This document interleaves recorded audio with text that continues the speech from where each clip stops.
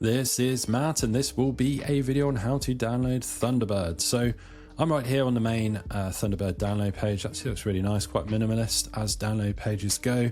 You can find out thunderbird.net/download. Now I will of course put that URL as a link in the video description display this video, so you can just click on that link and wind up here. Now lots of different ways that we can get Thunderbird from this download page. There's a desktop version here, they've got the mobile version here. You can get that on F-Droid and the Google Play Store right here. There's some other versions as well right here, but the main version that we're discussing here, the desktop version. So you select your operating system, it will identify your operating system. It's correctly identified. I have Mac OS.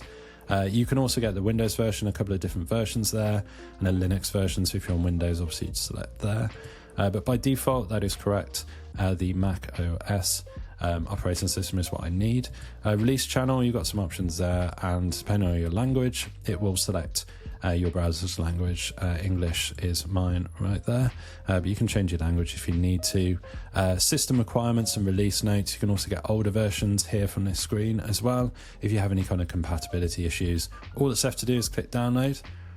That will automatically download. You see the icon has just come flying up there. That's a universal symbol on a Mac that it has in fact downloaded. So we get this now. You can donate here, which I highly recommend that you do, but it redirects to this thank you page. Now it's a super helpful app. All that's left to do is install. You can get help with the installation right here just by clicking there, and there's a whole load of blurb right there. So depending on your browser, your download location will be set by your browser. For example, I'm on Google Chrome, so mine goes on this Mac directly to my downloads folder.